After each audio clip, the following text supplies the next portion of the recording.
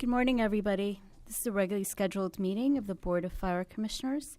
The date is Tuesday, May 15th, and the time is about 9:07. Let the record reflect Commissioners Ibarra, Glacier, Hara, Woods Gray are present, and we have a quorum. Madam President. Thank you. Flag salute, luminescence. Right hand over your chest. Ready? Begin. I pledge allegiance to the flag of the United States of America and to the republic for which it stands, one nation, under God, indivisible, with liberty and justice for all. Please join me in a moment of silence in honor of past and present members of the Los Angeles Fire Department who devote their lives to the protection of our community. Thank you. So we begin, as always, with Commissioner comments. Wait, Dr.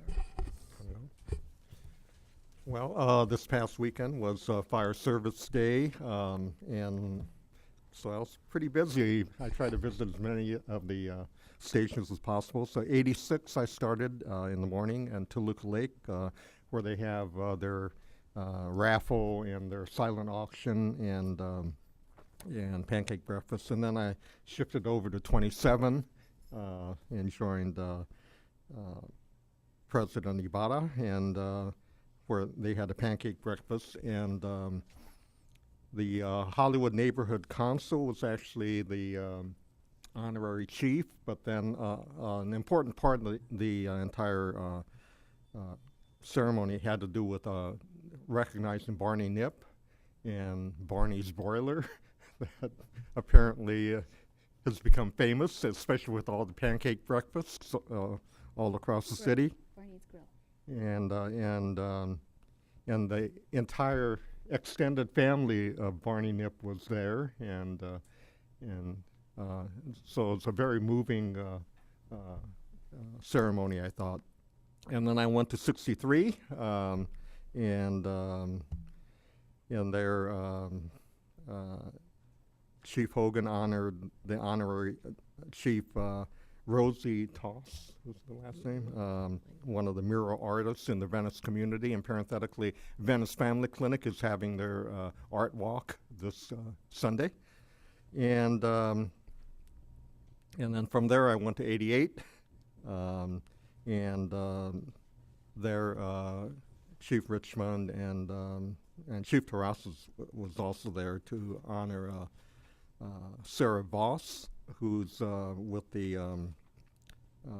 Valley Community Center, and she was the honorary chief that day, and she shared what Valley Community Center has been doing along with the Grateful Hearts Foundation, and so once again. I learned a lot of. I live in the San Fernando Valley, but I learned a lot about the Valley Community Center that afternoon. And then my intent was to go to 112, but I never made it there because I stopped by 65 in Watts, and there they had a car show along with. A lot of entertainment, a lot of very talented kids singing and everything, and then they had the extrication of, with the car that apparently I missed a crash, and then, but then they were extricating the dummy at that point in time, and then Charles Drew University, where I happened to be on faculty, basically they had their HIV ban, and they were doing HIV testing as well. So, and then in that I got to have a nice chat with the CERT coordinator for Battalion 13, Lorraine Curry, who Commissioner Gray and I have known for quite a while, but I never had a chance to really chat with her, and so that was kind of nice. And then on Sunday, I did visit 102, and in fact, I visited 102 last year as well on the Sunday, and here again I got to meet the CERT coordinator there, Steve Weinberger, I believe is his name, and for Battalion 14, and so all in all, I thought that weekend was memorable. In addition to celebrating Mother's Day with my wife. Very good, very good. Oh, good morning. Just as Dr. Har has said, Fire Service Day was very exciting throughout the city. I tried to cover all the bureaus, and I think I might have left out Central by some accident. We'll have to make it up to Chief Flegel in another way. We'll get there. I went to most of the ones that Dr. Har went to. We kept running into each other. We were there at the same time some of the time, so it was really good for us to be there and see all of the people and get introduced to the people who were there. I always loved trying to pretend I'm flipping pancakes, as I did at 63. They always stand back and let me do a little work. And so that's always fun. And then 63 just has so many things going on there. Besides the they didn't have jumpers this year, but they had photographers who take special pictures and the kids get to put on the outfits of the firefighters, and they have a ball doing that. And their poles are exposed, so the kids get to try to climb up the poles. Whereas at many of the stations, we didn't see the poles all the time. And then, of course, the pancakes and the coalition between the community and that fire station they have a great partnership. Oh yeah, they had visitors from the Muscle Beach guys too. They rode their bikes all the way in from Redondo Beach, I think. But the number, even though the weather was a little different, there were lots and lots of children, and I love that. The little kids came in their little firefighter outfits, and they want to be future firefighters. That was great. I thought it was wonderful. And a lot of young families come to 63, which I really like also. And to see Rosie get honored was really a treat. And thank you, Chief, for making her Fire Chief of the Day, because she has done so much fantastic work, not only at 63, but at 5. She did a mural also. And so if you've never seen the artwork that Rosie has done at 63 and 5, you should actually go visit and see that. She did a new mural in the office, which is really beautiful. It ties in. What I like about it is that in the middle she has the old station, which was founded in 1942, and then on the side she does new firefighters in color, and it's black and white and in color. It's a beautiful piece of artwork, and she dreams it up and does it all on her own, and it just comes out magnificent each time. So that was, and they had a nice new renovation to their office this year. That was nice too, for them to have that. Then we went to 88s, 34s, and 65s, following Dr. Har. And at 88, we also saw the Fire Chief of the Day, which was another woman who has done a lot of volunteer work in the community, and that was good to recognize all those people. 34s didn't have a Fire Chief of the Day, and 65, if they did, I didn't get there in time for that. 34s always has plenty of great food, and they collect food from some of the vendors in the neighborhood, and the Harold and Bell's treat is always wonderful at 34s. And I think we have to thank Captain Brown for that. Also, I thank Captain Brown for navigating us throughout the city, because he did an excellent job of getting us from one station to another station. I'd never be able to make this many stations. I wouldn't. Dr. Har did a great job of going all over the city. And I was really surprised at how huge 65 is. That's a very large fire station. I have to go back there. Anyway, Fire Service Day I thought was wonderful, and the community seemed to appreciate it. And we enjoyed the cars at 65 also. They had this wonderful, some of our firefighters actually had cars on the exhibit there too. A couple of cars that were beautiful, old cars that were well cared for. on one day during since the last meeting, President Ibarra and I met up at the Centurions for a recruitment training program that they have there. They do an outstanding job. Tony is really Jordan. It leads a great program there.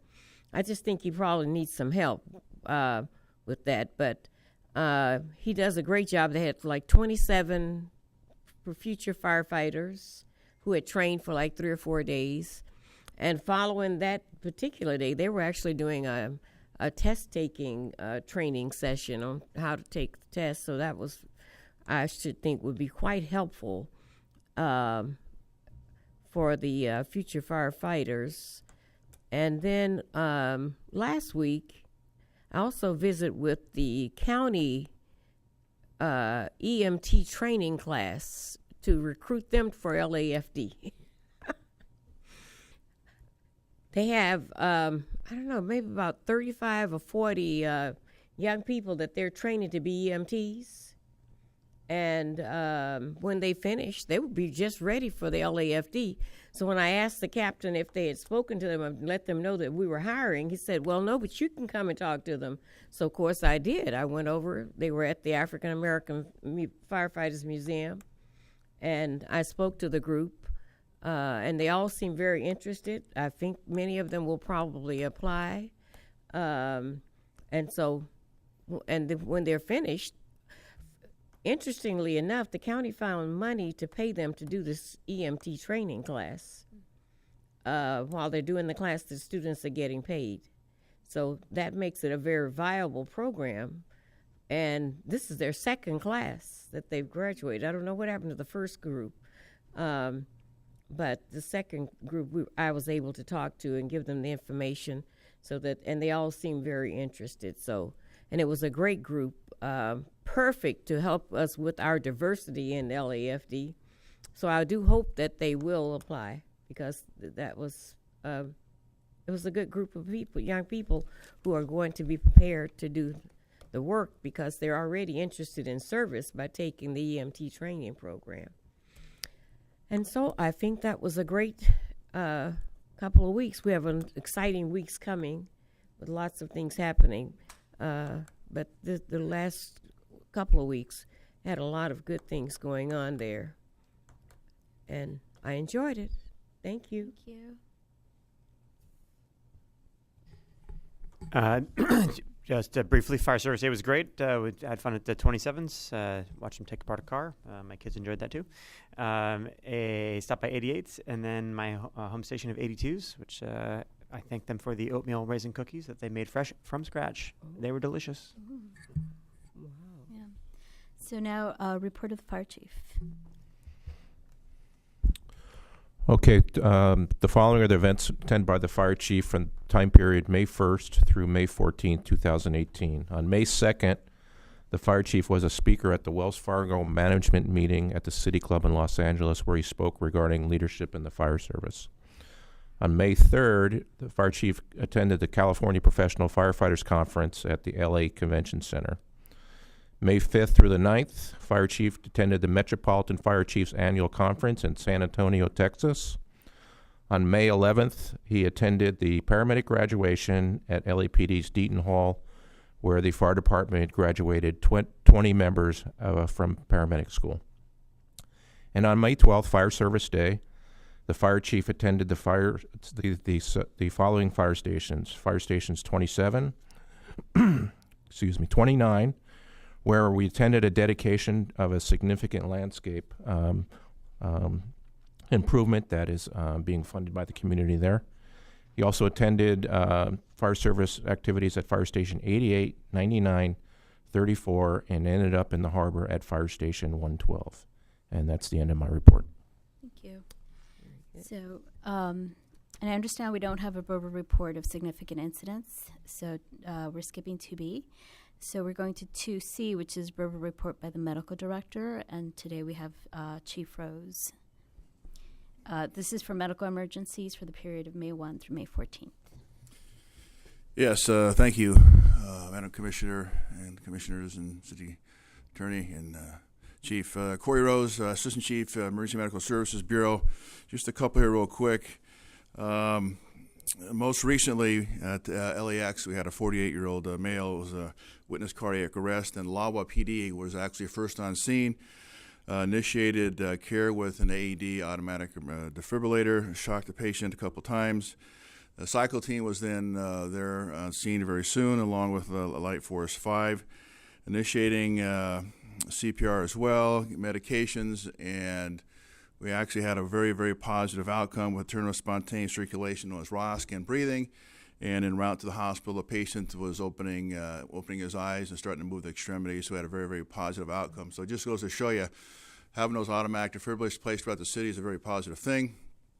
Having Lawa PD and other police officers around the city with that training just helps for really positive outcomes.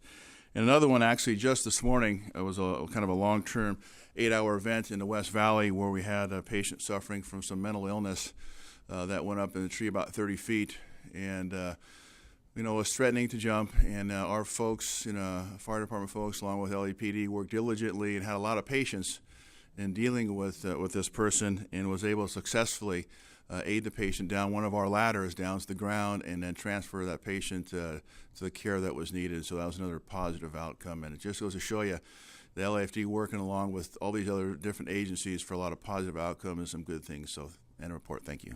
Thank you. It was interesting. That lady was up in that tree when I went to bed, and she was up in the tree when I woke up this morning. She slept That was a very long time for the fire department to be there. And it's 2 incidents of people trying to jump from buildings. I don't know what's going on. There was one on West Boulevard just on Sunday, and then there's this one. So I don't know. And another one? Oh, Wow. what's happening? Mental illness. So moving on to item 3, which is our presentations.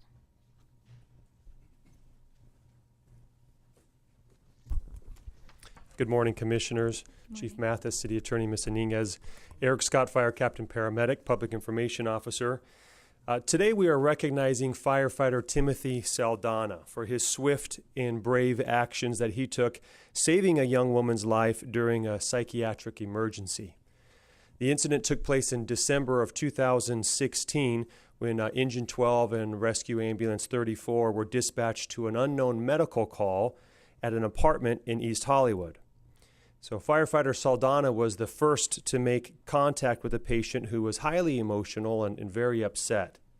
She admitted to taking an unknown amount of unidentified pills and was repeatedly screaming at everyone to leave her alone and to not touch her. So at this point, wisely, our members did call LAPD to respond, and while they were awaiting their assistance, so that way they could safely assess the patient and ultimately restrain and transport to a hospital. But meanwhile, the patient became increasingly agitated and repeatedly had stated, "I deserve to die and I just want to kill myself." So we could see to the extent of where she was at this moment in time. And due to those statements, firefighter Saldana thought to himself that if that patient made any sudden threatening movements, that he was going to react. So while maintaining this heightened sense of awareness, he and his captain, they assumed a non-threatening posture and remained in the kitchen with the patient. However, while they're waiting for LAPD to respond, the patient suddenly and without warning jumped out of her chair, ran to a kitchen drawer. And so at that point, firefighter Saldana enacted his predetermined plan. He, without hesitation, too jumped into action, grabbed her hand out of the drawer, and sure enough, she was holding a sharp 5-inch steak knife. Now, the firefighters there were able to quickly and safely disarm the teen and transported her to a local hospital where she could get the definitive care that she desperately needed. But this is definitely an example of our members, and notably firefighter Saldana's quick action that diffused the situation that could have caused great bodily harm to the patient and certainly to our members on scene. So at this point, we'd like to ask firefighter Timothy Saldana to join us as he has here to be recognized as we read the Certificate of Appreciation. In recognition and sincere gratitude for your heroic courage, diligent efforts, personal initiative, and expedient assistance, which directly resulted in saving a woman's life during a psychiatric emergency in December 2016 in East Hollywood, the Los Angeles Fire Department commends you for your extraordinary, life-saving efforts to a citizen of the city of Los Angeles, presented this 15th day of May 2018, Ralph M. Terrazas.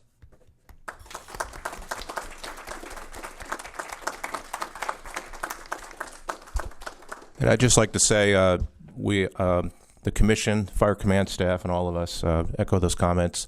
This is another example of men and women on this department every day going above and beyond. So thank you for your efforts, Firefighter Saldana, and I'll let you make some comments.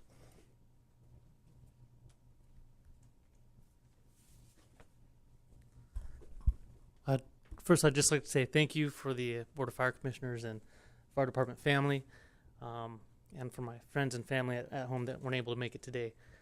I heard someone say it before, and it's kind of funny to receive an award for something that we always do. It's doing our job. But with this opportunity, I would like to say thank you to the Board of Fire Commissioners and my other family members on the fire department. It's a very dangerous job, tough job, but we do it and we love it. So thank you very much.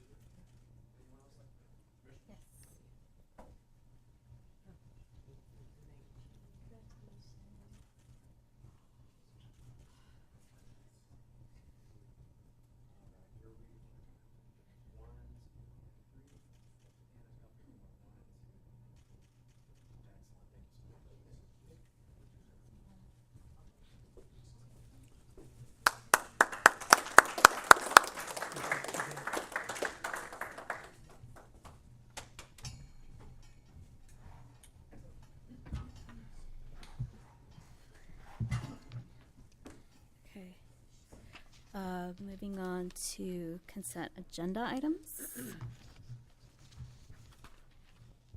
Okay, move to adopt the recommendations for items 4A and B. Second. Second? All in favor? Aye. So 5A is report by the department on the fire prevention inspection activity for the first quarter of this calendar year, 2018.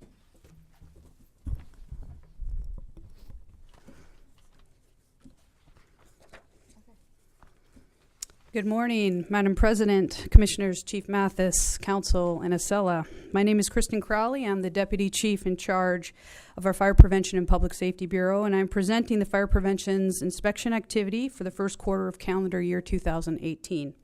We have submitted a 13-page report based off of our performance-based inspection activity, outlining 4 of our 5 sections within our Fire Prevention Bureau, which would include our public safety section, industrial commercial section, our fire development services section, and lastly, our administrative section.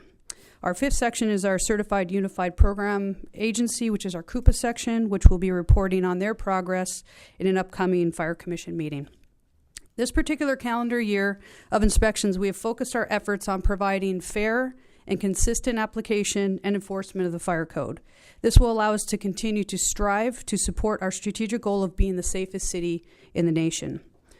We have continued to stress and prioritize timely, efficient, and quality inspections. So with that, I'll touch briefly on our overall performance. Going to the specific page 2 on the report, this is a broad overview of our first quarter. In each quarter, we strive to meet or exceed 25% completion of initial inspections. For the first quarter, we accomplished 22.8%, and this includes our industrial, commercial, and public safety sections, and we have stressed the importance of completing our re-inspections as well. And for this quarter, we have completed a total of 1,003 re-inspections. One of our greatest challenges that we'll speak on each and every quarter occurs when our inspectors are off of duty due to a long-term injury or illness. And for the first quarter, we had a total of 348 days of productivity that was lost due to days off from our inspectors. This equates to a total of 7.7% of time off for our inspectors not at work. And I would like to commend our unit and section commanders, as well as our inspectors and civilian staff, for stepping up in their efforts to manage these vacant districts. Focusing on a few areas of the report on page 2 in our industrial commercial section, our harbor units had the lowest percentages completed at 12.49% for the first quarter. This was due, once we looked into it, we had 2 retirements specifically out of that unit, which equates to half of our overall staffing in the harbor unit.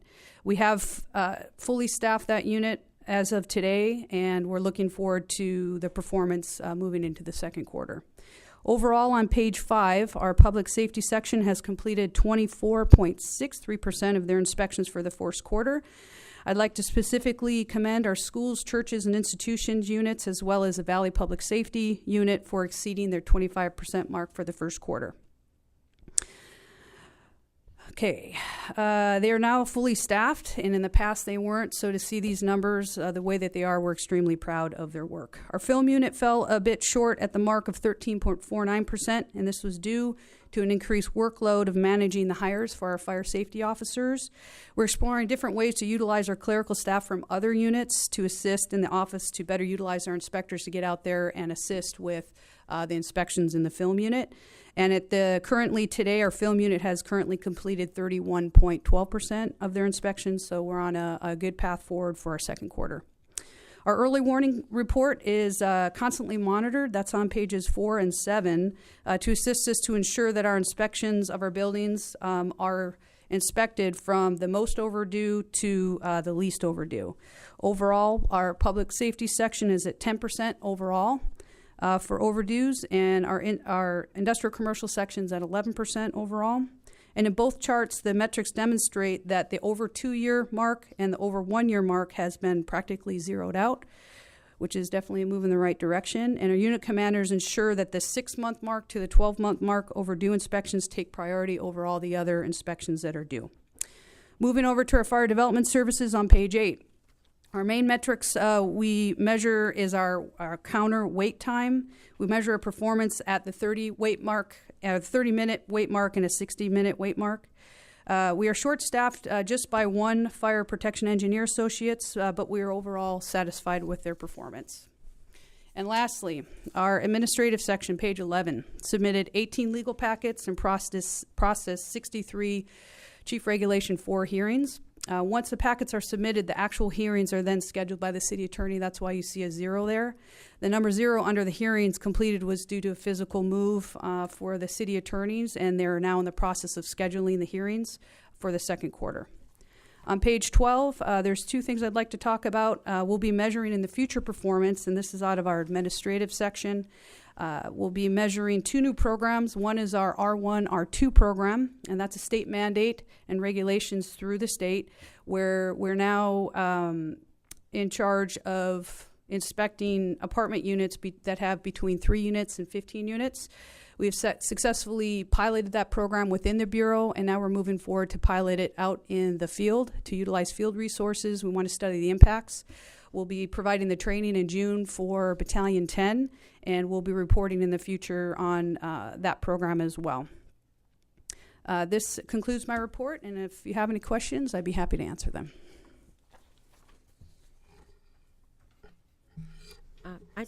I wanted to know if you've seen an increase in the filming in the city, and does that account for your percentage complete? There is an increase in the overall local filming, and that's any time that they're on location, depending upon the complexity of the actual film shoot, the number of people and whatnot, and where the film location is within the city would be fire safety officer be requested. That's that morning routine that is very complex and fast moving in the mornings, and that's where our film unit is forced to utilize our inspectors to assist with clerical to get those hires out and do it quickly in order to meet the needs of the film industry.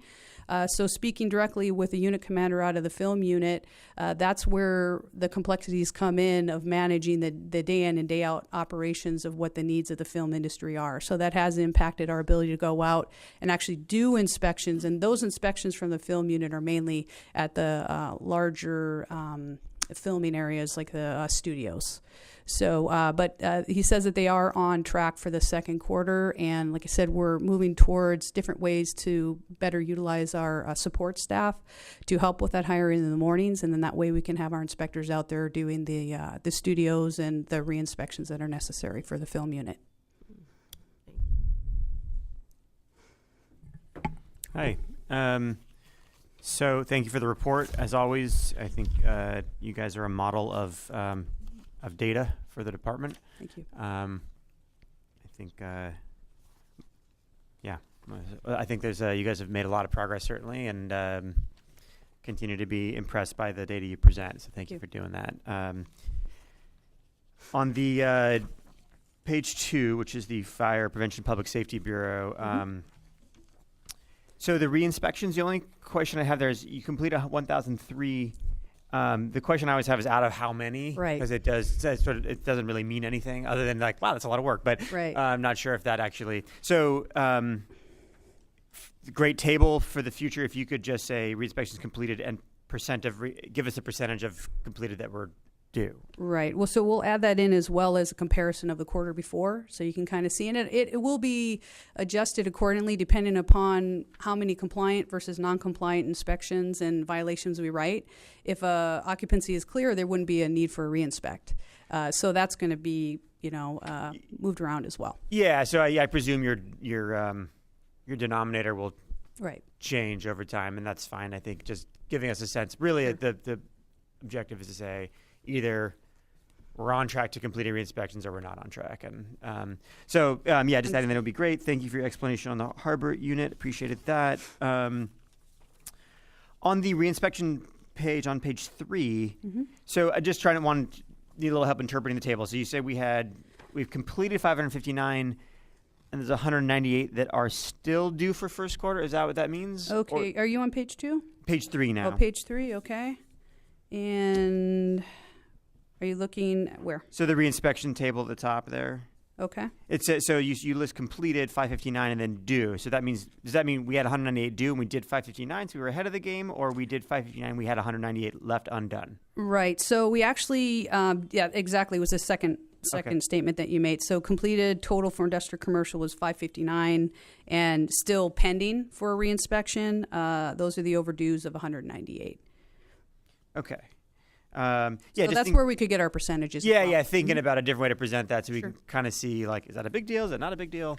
Okay, cool. On the overdues, the early warning for industrial commercial, I think this is the first time we've seen at least in the last year or so, that we've seen overdues with greater than 2 years of overdue. I could be misremembering that. But when I see the numbers creeping up on the over 2 years in particular, that's concerning to me. The over 1 year too also. Are those? I know that sometimes the explanation is that these are just legal cases that are pending, and that's what's dragging on. Right. And if that's the case, then there's always going to be some number that are tangled up in the system. I don't know what other reasons it might be that somebody would be overdue that much. Right. So on page 4, for example, if you're looking at industrial commercial, the early warning report, if you look at the red, which is over, this actually was a lot higher. What we did, I believe it was 5 to 6 months ago, we went with our city attorney. We wanted to understand what our ability was. If it's over a certain statute, what are we able to clear? Because if you think about it, we should have already done an inspection prior to that following year, unless it was tied up in legal. Yeah. So we did do a data cleanup. If you look at Harbor Industrial, the number's 3, which is 0.1%. Yeah. What we want to do in the future with the report is actually tie those specifically to what's in legal, what's not, so that we know exactly where they're coming from. The other piece of this is an issue with the software with FPA. What we're finding, if you have a pending notice that was written that was never cleared, it won't allow you to clear that over 2 years. So we're going to be cleaning that up for the next round for our second quarter as well. So we want to be working off of real data, obviously. So these numbers have actually gone down quite a bit if you're to compare a year ago what was in the red versus what is now. We're in a good place, but we ultimately want to get all those down to zero because due to the statutes, we couldn't do too much with it either. Anyway. Yeah, and just to be clear, that like those aren't we are 100% sure that those aren't due to like never getting an inspection in 2 years, right? Right. Okay, so they've been inspected, and then it's some kind of follow-up inspection yeah. and process that's in place there. It's because before we'd had all these overdues that just hadn't gotten inspected. Right. No, this is due either to two factors. It's either tied to a legal case or in our legal unit, or it's an FPA issue, which is a software issue where if there's somewhere in there was a pending notice that was not cleared, an inspector goes in and does that inspection within a year, let's say even within the last 6 months, this is still over here waiting, so it shows up in the 2-year mark versus even if we cleared it, it won't allow you to clear it officially is what we found out from ITA. Okay. All right. So hopefully they'll help you sort that out. Sure. Okay. On the public safety section, congratulations to schools and churches. I know it's been a long road, and it's great to see that unit exceeding performance metrics there. So echo your congratulations there.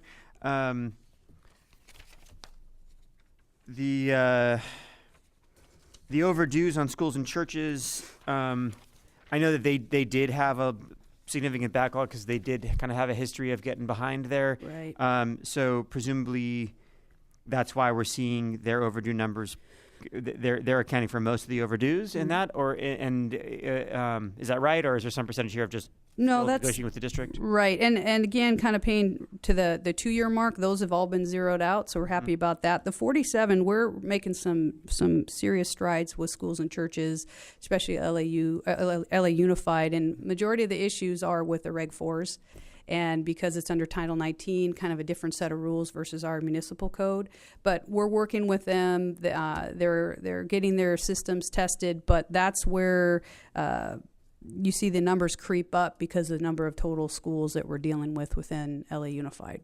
Okay, but that is an area where it is we've been behind on even statutory and first inspections and things like that. But we have a really good team together working on it right now, so we're going to see some significant progress. Okay. I appreciate the progress there. Mm-hmm. On the legal unit, thanks for including that in there. I know that's a big part of your strategy. Mm-hmm. This is again one where I would say if you could give us a sense of what the numbers mean of how many are getting submitted, are they making the progress, or are we falling behind? That would be helpful to kind of add into your table there. And then on the so tell me a little bit. You said so the one-page fillable referral form. So that sounds interesting. Yep. I actually didn't go into that one. So the referral form is actually a newer tool that we've developed to. One of our goals was to bridge the gap between the communication between the field resources to the Fire Prevention Bureau. So it's an easy one-pager that the field can fill out, and you can see the overall percentages. We're not surprised necessarily that the automatic alarms are the number one referrals that we get. So basically, if you're out in the field, and now we have specific criteria where the field resources can utilize the referral form if they have more than 3 automatic alarms in a 30-day period or more than 3 in a day, they refer it directly over to us. What we're doing then is with our experts out of the legal unit, we use the Brycer software, look into when and how those systems were tested versus the captain trying to work with the building owner. Now we take it to the next level. We dig into Brycer, figure out what's going on with their Reg 4s and their fire life safety systems, and that's where we can then really bridge the gap between the industry and what our needs are with compliance. So it seems to be working. Again, that's the majority of them are at 62, almost 63%. And the good thing is now if the field comes across something, whether they can put their thumb on it or not and understands, like, this doesn't look right, they have a direct link now to our research unit and legal where they just push us over the information. We follow up within the next working day or 2, and now the field can feel like either they'll get the training that they need to know what they need to do on the fire prevention side, or we just take the lead and then we follow up and take care of all the work from that point forward. Okay, great. I'm sure that'll be welcome. How is that being communicated out that exists? Would that go over the portal or? That was over the portal. We put it out, I believe, twice so far, and we have a whole worksheet that we follow up on a weekly basis that I get, where we get all the new information on a weekly basis, and then a running total, and also the follow-up of what the main piece is, what was the resolution and how quickly we were able to resolve the issue. And if that's a building that is having multiple false alarms or unwanted alarms, and at that point, that's when, after that 30-day mark, we can have them test their system. If their system is still not in working order, we've talked about the strategy of utilizing Firewatch and or pushing it over to the legal side, and then the city attorney gets involved. Okay, if I happen to be out in the field and say, hey, have you heard about this form? Yeah. And they say, I don't know about the form. Just tell them to call fire prevention about it? Sure, yeah, and it's right on the portal. It's under the tab with fire prevention, and as soon as you click on that, one of the first things they'll see is a referral form. Fantastic. And it's a fillable form. It's easy. It gets pushed right over to our legal and research unit, and then we look into it and figure out who's going to be the lead, and we take it from there. Great. Sounds like a great great step there. Okay, thank you for your report. Okay, thank Great you. report, thank you. Move to receive and file. Second. All in favor? Aye. And that was 5A. 5A. So now we move on to 5B, which is report by the independent assessor on the audit of the LA Fire Department's discipline settlement agreements from July 2017 to March 2018. Good morning, everyone. Sue Stengel, independent assessor. You have for your consideration an audit of the Los Angeles Fire Department's discipline settlement agreements, July 2017 to March 2018. Last June, the department presented you with its vision for a public service model of discipline. The department asked you to approve 2 new policies that apply to the discipline settlement agreements: the discipline settlement agreement and the education-based discipline policy, and you approved both of them last June. Since then, the department entered into 5 settlement agreements, 4 of which were reviewed for this audit. The purpose of the audit was to determine if the department was adhering to the requirements set forth in the 2 policies that were adopted last June, and the results are before you in the report. I want to apologize to the department because I neglected to formally thank them in my report, which I usually do. So I especially want to thank Professional Standards Division for all of their help and cooperation and assistance in preparing the report. And I'm happy to address any questions that you might have. So, not necessarily, there was questions that arose from, I'll just address it, from UFLAC about 2 of the recommendations. So, and I know that they'll be making a comment on that, so I'll just address it and give you my thoughts about them. So the first of them being, they have 2 initial concerns. One of them is the recommendation that all the settlement agreements include the language about the IA having access to the settlement agreements. That's what we agreed to in June. So, and setting aside any other issues regarding the confidentiality of that, my position is that when you enter into a settlement agreement, this is the thing that the department decided to give the member as part of the bargain. They don't need to take it if they don't want to. They can say, no, we're going to go through, and go through a board. But what we're offering the member is a settlement agreement, and what we decided in June when we adopted the recommendations then was that you waive that confidentiality at least as to the independent assessor. So I don't see any reason to change that. So that's one issue. And then the second issue is, let me see. Oh yeah, so temporarily suspending, because there are a lot of discrepancies here. So one of the recommendations that you make is to temporarily suspend any further settlement agreements until we have a template. So I think that goes too far, because I think that one of the things that your report makes clear is that it's been, while there are discrepancies because they're new and we've just begun to audit them, that I think it's something that is generally beneficial to the department and to the members that are entering into settlement agreements. So in the interim, until we have a template settlement agreement with all the right provisions in it that we all agree to, that, one of the things that we can do is have the IA be involved in reviewing those settlement agreements. But especially because there's a lot of different disciplinary stuff that's happening with certain members, and it might, we might be convening boards, that there is a possibility that we're going to have settlement agreements. We should not stop them, because that was one of the things that we decided as a board last year was one of the things we wanted to adopt. So there seems to be no reason for that. So those are the two issues. I don't know if you have any thoughts about that, or if the department wants to address that, or any of the other commissioners. I'm certainly interested in Ms. Engel's responses, but I have to say that when the commission adopted the policy here, we adopted it in good faith that the department would implement the regulations as adopted. And so it is dismaying to me that there were just specific policies that we adopted that were just plainly ignored. And I don't know if they just weren't read or if they were willfully ignored. I'm going to assume best intentions here and just assume that they were missed. But when we talked about doing settlements, what we all agreed was that there's risk in doing settlements, because if it cedes a level of authority to the department to craft agreements that are outside the bounds of the kind of specific discipline guidelines that were created prior.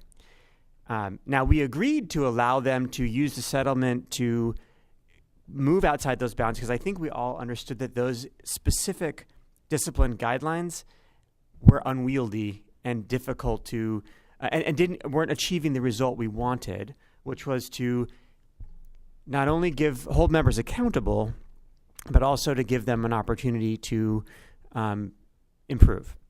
And I think we all agreed that that was a worthwhile endeavor to do, but we also agreed that, one, without a sufficient amount of sunshine on settlements, that process could be ripe for abuse. And that's why we included the independent assessor's ability to review. We also agreed that we wanted to put guardrails around the process to ensure that there was sufficient controls so that it did not end up creating settlements that in the long run would harm our ability to settle cases, because all it takes is one settlement that goes through that somebody gets a hold of out there and says, look at the fill in the blank, nepotism, favoritism, incompetence, whatever it is. All it takes is one of those to get out there, and then it all comes crashing down. And now we're back to where we started, which was that we have an unwieldy discipline system that is a hammer and views everybody as a nail. And it is bad for discipline. It is bad for morale. It is bad for the department. It's bad for our members. It's bad for public safety. So we don't want to go back there. In order for us to not go back there, though, the policy as created needs to be followed to the letter. And if it's not followed to the letter, it's going to fall apart. Now, I know that we have boards pending and we don't want to suspend them, but this to me is a loss of confidence of the department's ability to execute this on their own. So what I would say is that if we don't want to suspend, then we need to have another set of eyes on any agreements that are made to make sure that they are conforming with the policy as written.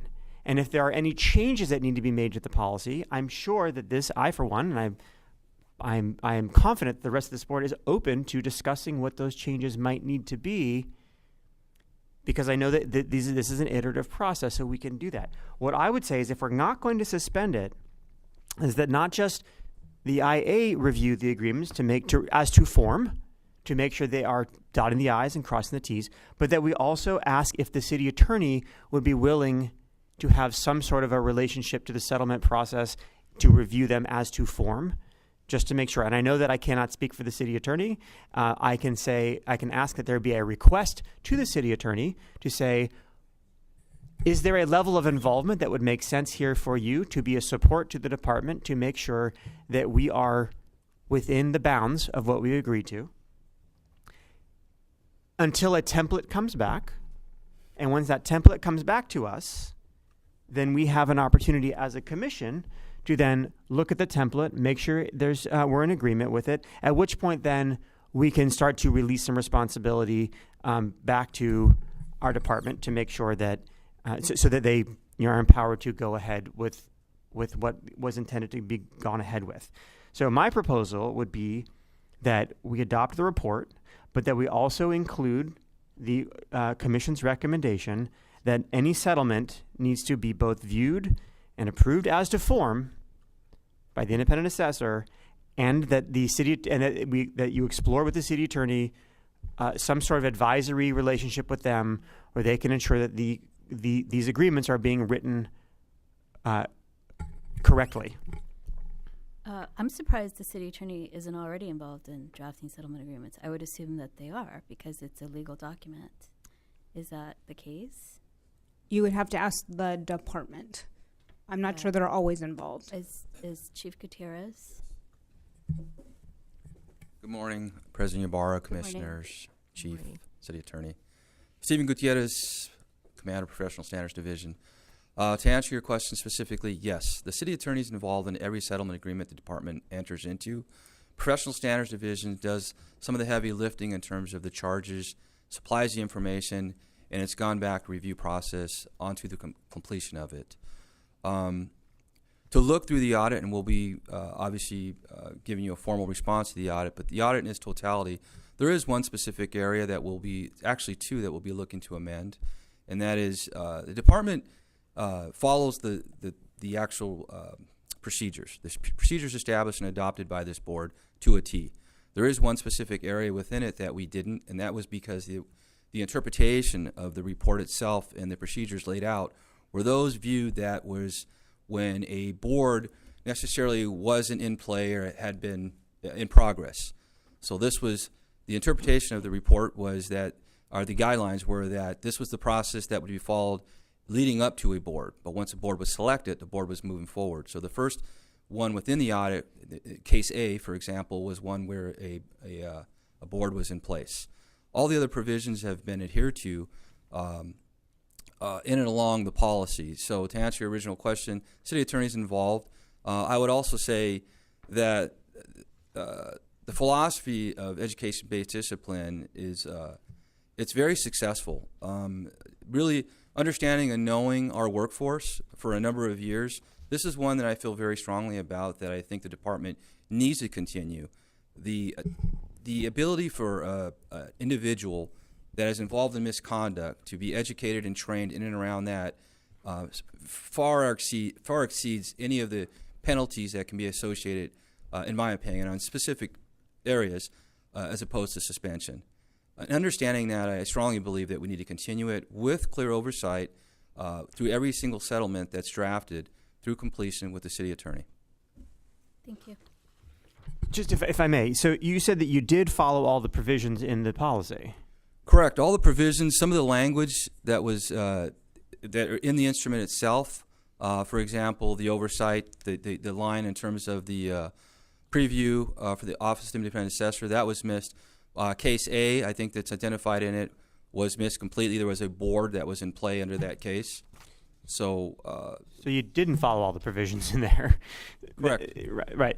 That's what I'm saying. You said that you did follow the provisions. I'm saying you didn't follow. The report says you didn't. Correct. Case A was one. Now, the policy itself, there's a couple of ways of looking at it. And this is why I feel it needs to be amended in a couple of areas. One of which is if there's a board that has been picked that's actually convened and is moving forward, now the proposed settlement may take place. Leading up to that, to a board being seated, the settlement discussions in and around the deliberations involving the memos and all the different processes do take place. Case A was one where the board was already in play was seated and the actual Board of Rights was convened.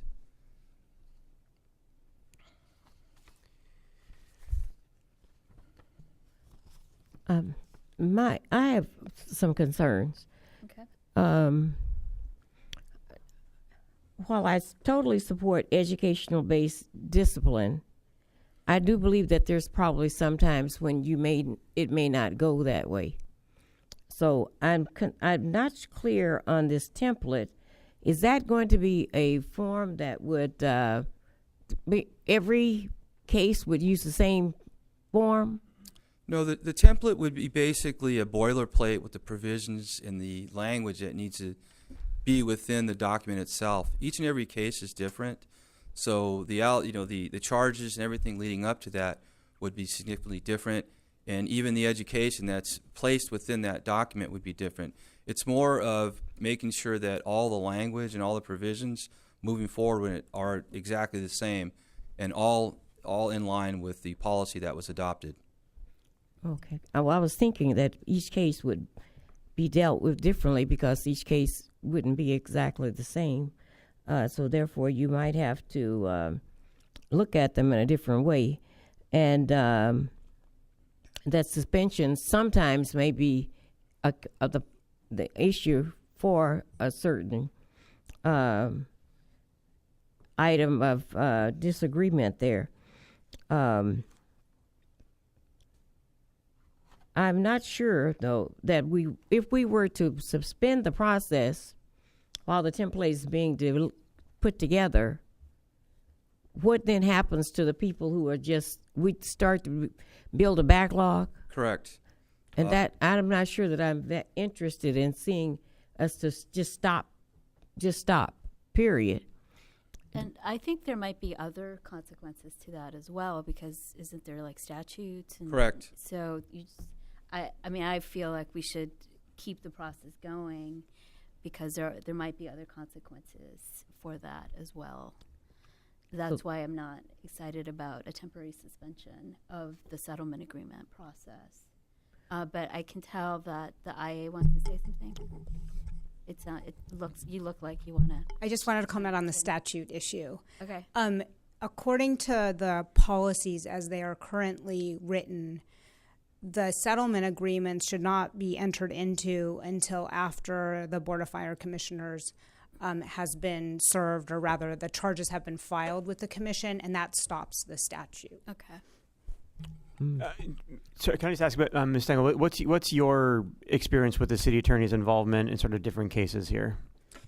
I don't have a lot of experience. What I will say is that there was a great disparity in the way that the agreements were drafted. So it was clear to me that in case A, there was a very well drafted, comprehensive, thought out agreement. But in the other cases, the language was not nearly as clear, not nearly as comprehensive, and not as well thought out. And whether or not that was a function of a lawyer being involved or not, I do not know. Was it clear that there were cases that would benefit from education-based discipline? I didn't look at the underlying cases for this particular audit. I just looked at the actual settlement agreement and whether or not the agreement was whether it comported with the policies. Yeah, so I think the template we're talking about is not so much about what you do with a specific case, but it's just about actually how the form looks when they write it down to make sure that it actually checks off all the boxes that are required by policy. So it really is just a question of, I don't think anybody here is questioning the validity of the approach. It's the documentation that is suffering, that sounds like it's suffering along the way. And so if there are a way for the city attorney or the independent assessor to be involved and or the IA to be involved in just ensuring the documentation meets the standard, because all this is about is having a trail to look back and say, did they follow all the procedures when they came up with what they wanted to do?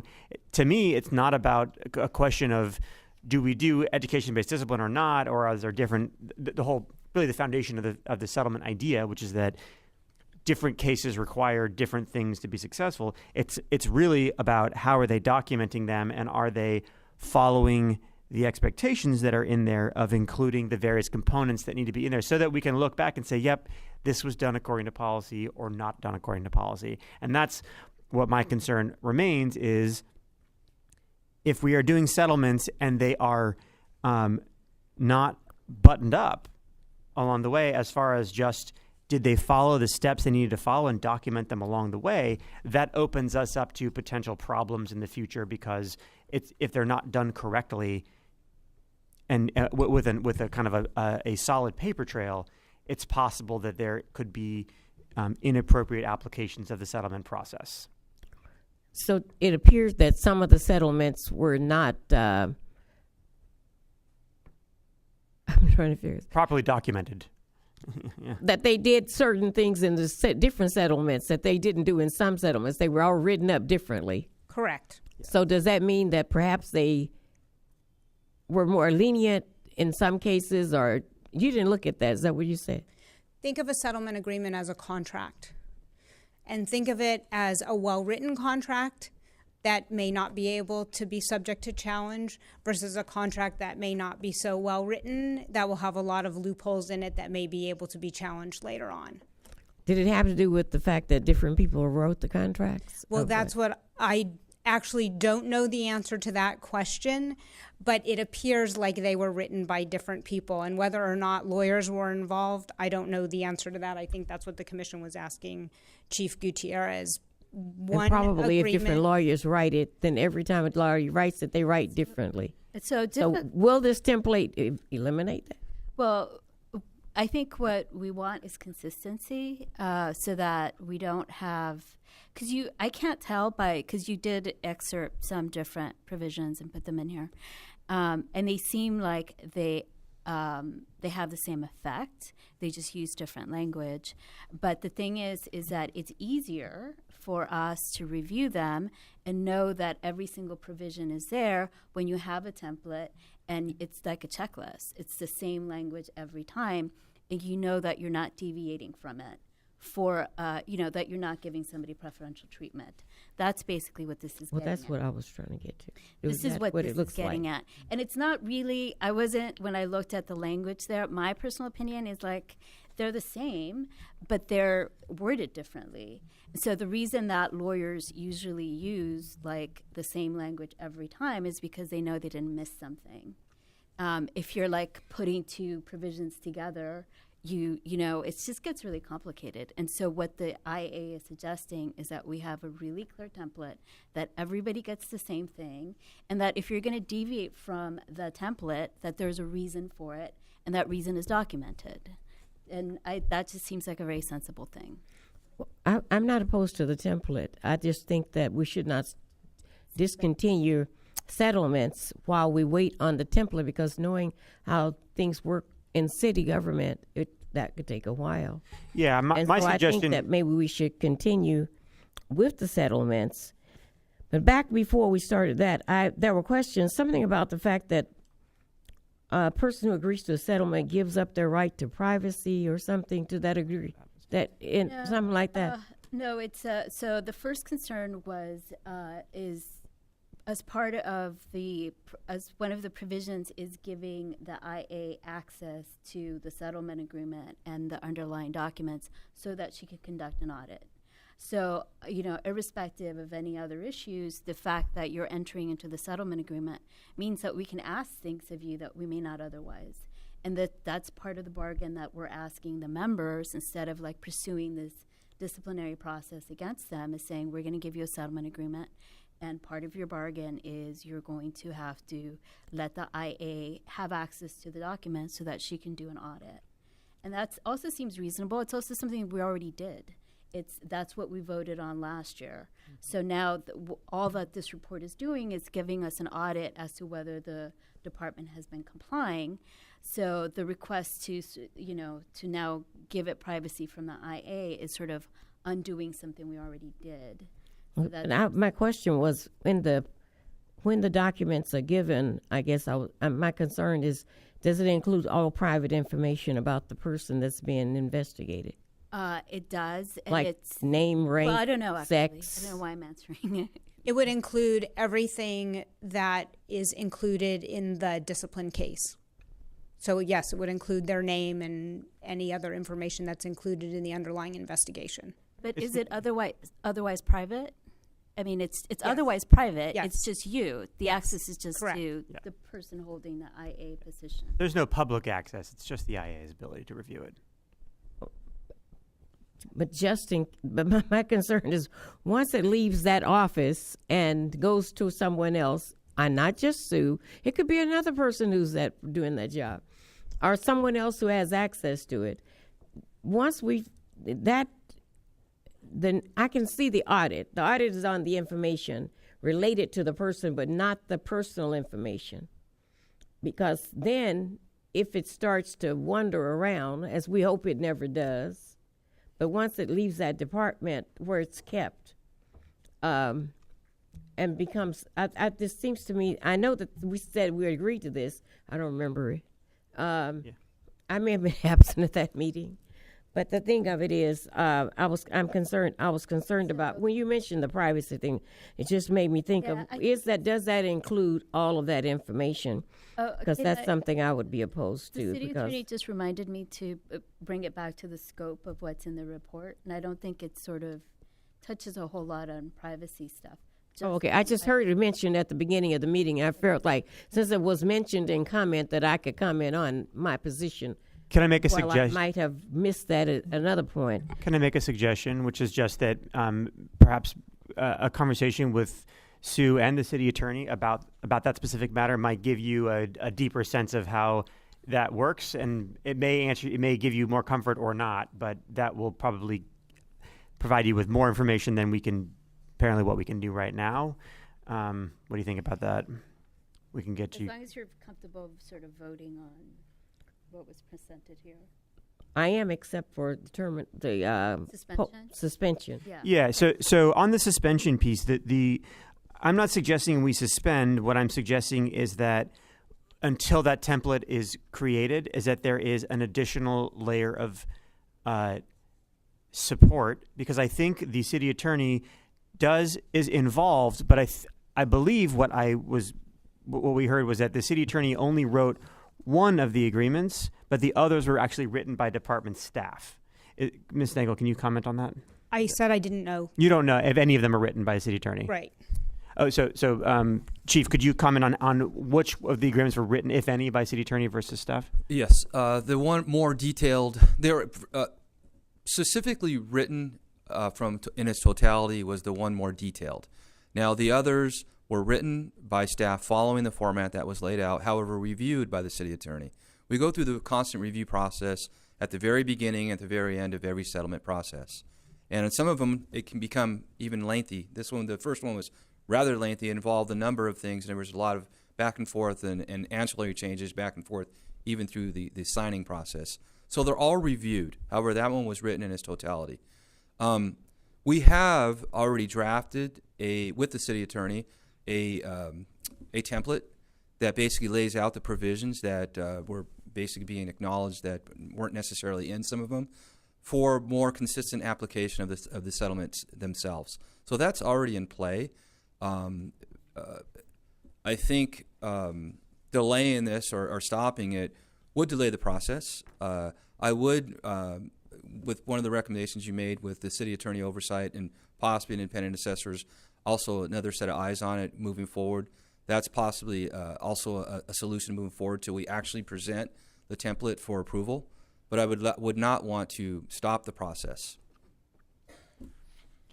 So I'm okay letting this continue as long as there is some additional eyes on it to make sure that the policy is being followed.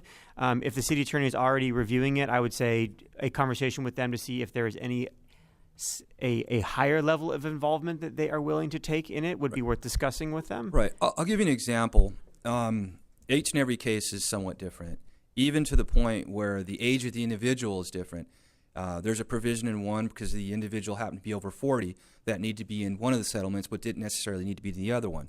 There's a provision in one that need to be in it because of the relation of the case in and around work comp issue had to be in much more detailed in terms of city waivers, et cetera.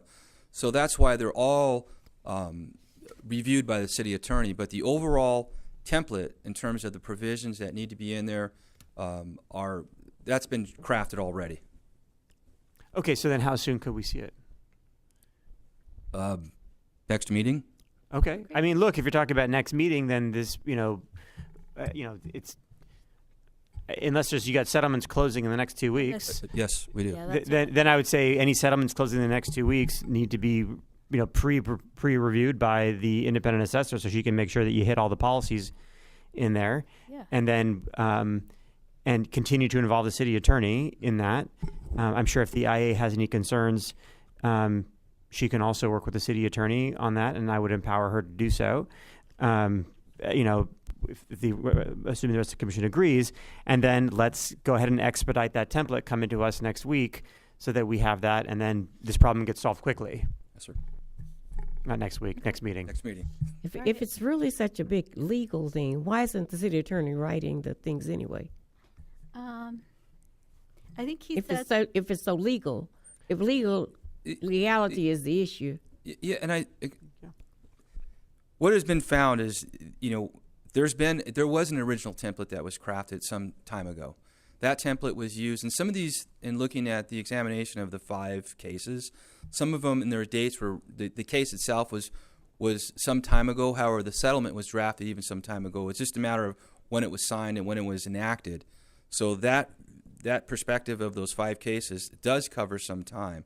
So the original template that was used was absent some of the language that is now more in the detailed, lengthier one that was recrafted in its totality and really brought up to date, so to speak, because I believe there was a provision that was changed in and around the age requirement, in and around something with involving a waiver of some type that was added to that one, so it made it much more detailed. But the language itself, essentially the same, just a matter of the wordsmithing within it. However, now, like I've mentioned, there's one that involves all of it. It would just be a matter of extracting one that may not pertain to an age requirement or something related to a specific waiver. Okay. So I think we have, I think we've discussed the one option is to adopt the recommendations with the exception of the suspension. So not suspend the use of settlement agreements, but pending the adoption of a template that we've adopted that have the IA be involved and city attorney, sounds like they're already involved, but making double sure that they're involved until then. And hopefully we will have that template by the next meeting, we hope.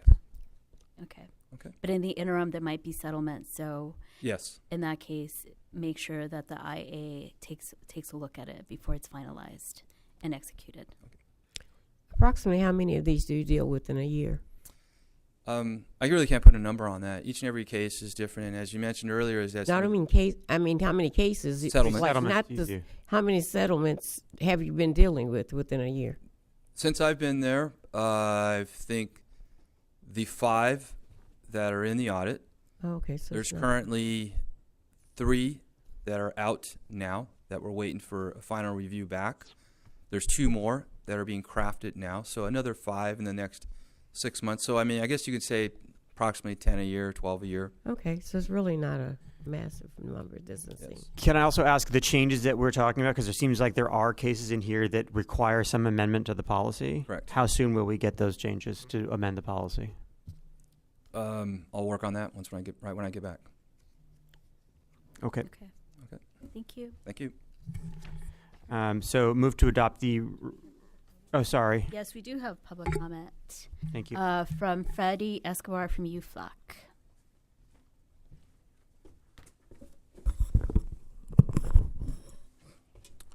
Good morning, Chief Mathis, President Barr, and Honorable Fire Commissioners. Freddie Escobar, and I proudly serve as Second Vice President for United Firefighters of Los Angeles City, representing 3,300 firefighters, paramedic inspectors, and dispatchers for the Los Angeles Fire Department. I am here to speak about the recommended actions within the IA's audit. To begin, UFLAC supports the department's efforts towards settling discipline cases by using alternative forms of discipline. We have seen our members who have entered into these settlement agreements, but we agree with the IA that more work is needed to better refine the settlement procedure. In the report, the IA has recommended that the Commission require the Fire Department to work with the City Attorney and the IA to develop a template settlement agreement. UFLAC does not object to this proposal. However, as the exclusive representative of the employees who are affected by this policy, it is critical that UFLAC also be included. It is important for UFLAC to be involved because we are the ones who guide our members through settlement process, and our members rely on our advice regarding the terms included in a settlement agreement. Accordingly, UFLAC asks that if the Commission adopts the IA's recommendation, it includes UFLAC as a partner in the process of developing a template settlement agreement. Further, the IA has recommended that the department temporarily suspend the practice of settling cases. However, UFLAC does not see any reason why the department should suspend settlement. Our members who will be subject to discipline during this time period deserve to have a fair and speedy resolution to their employment matters. It will be unjust to keep them in a position of uncertainty and stress for an unknown duration. Our goal is not to be a hindrance, but rather to ensure that the rights and protection of our members are considered. Thank you, and we look forward to continued collaboration with the Chief, the Department, and the IA. Thank you. Thank you. Okay, so now we can vote on it. Okay, so move to adopt the report as amended. Counselor? That Yes. very good. Okay. Second. All in favor? Aye. And we have one public comment, once again, from Freddie Escobar from UFLAC. Good morning again, Chief Mathis, President Barr, and Honorable Commissioners. Freddie Escobar. Just want to thank the fire chief and his staff, and also the fire commissioners. This last week, UFLAC was honored in hosting its biannual CPF conference here in LA at the JW Marriott. We got great support from the fire chief and the staff, and also from the fire commission. So on behalf of all the firefighters, thank you very much for everything. Thank you.